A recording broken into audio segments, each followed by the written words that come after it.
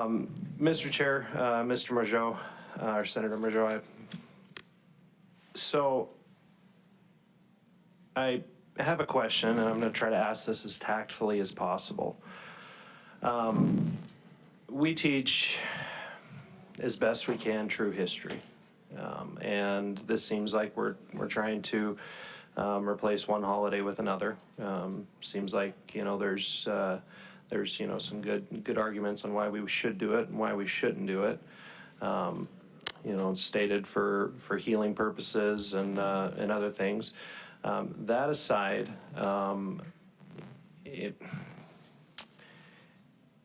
to my learning of history, it seems like every people I have ever studied has committed atrocities of one kind or another at some point in their history.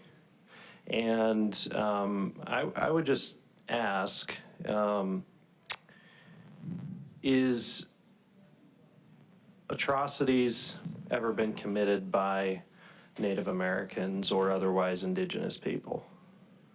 Mr. Chairman, Senator, well, I anticipated a question like this, and I would say that, speaking to who Christopher Columbus was, in my opening, I think it's pretty clear, even by standards back in the late 1400s and 1500s, that the things he was doing was unacceptable. And that's evidenced by the fact that he was shackled, brought back to Spain because of his wrongdoings.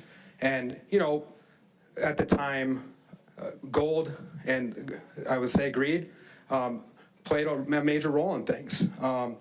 And he kind of skated by on a lot of that, but he never regained his status, governorship status of Hispaniola because of the things he committed.